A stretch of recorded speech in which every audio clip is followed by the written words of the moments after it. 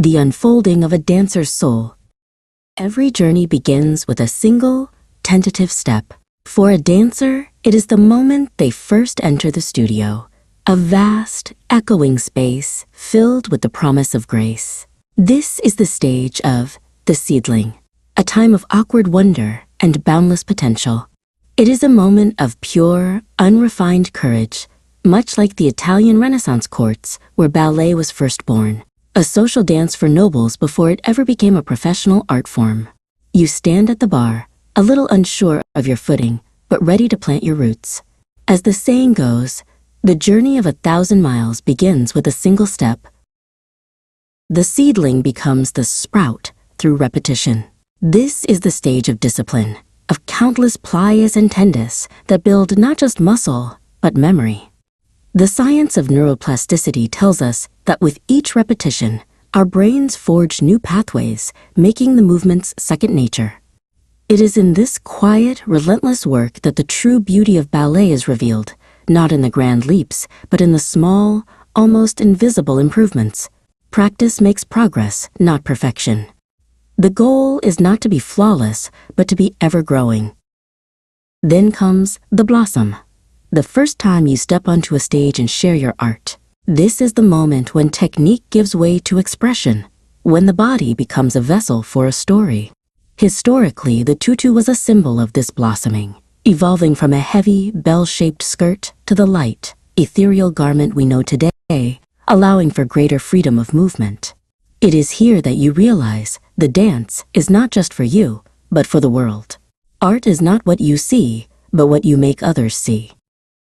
The harvest is the stage of professional maturity. The work is relentless, the sacrifices are many, but the commitment is absolute. It's a fascinating paradox.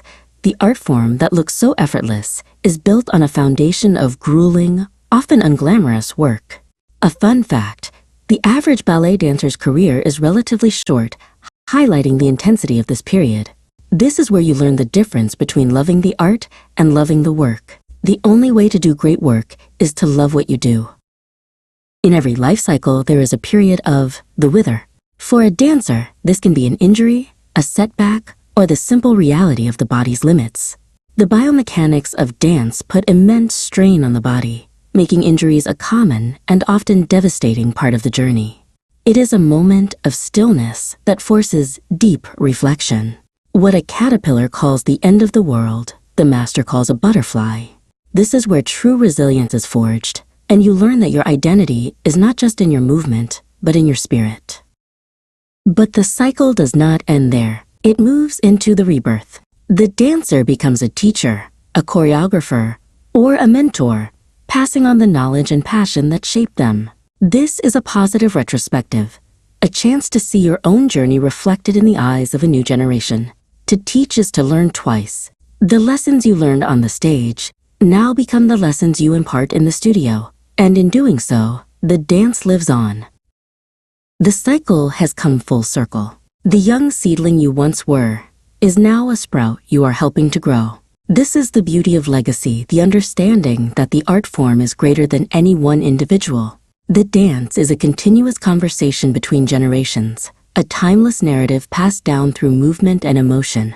The dance is a poem of which each movement is a word. The story of a dancer is not a straight line, but a beautiful, cyclical spiral of growth and giving. The dance is never truly over. It simply changes form. It lives in the quiet memories of a life dedicated to art, in the wisdom passed down, and in the sheer joy of a simple turn. The final stage is not an end, but a quiet, beautiful appreciation for the entire unfolding. It is the understanding that the most meaningful part of the dance was not the performance, but the life lived in between the steps.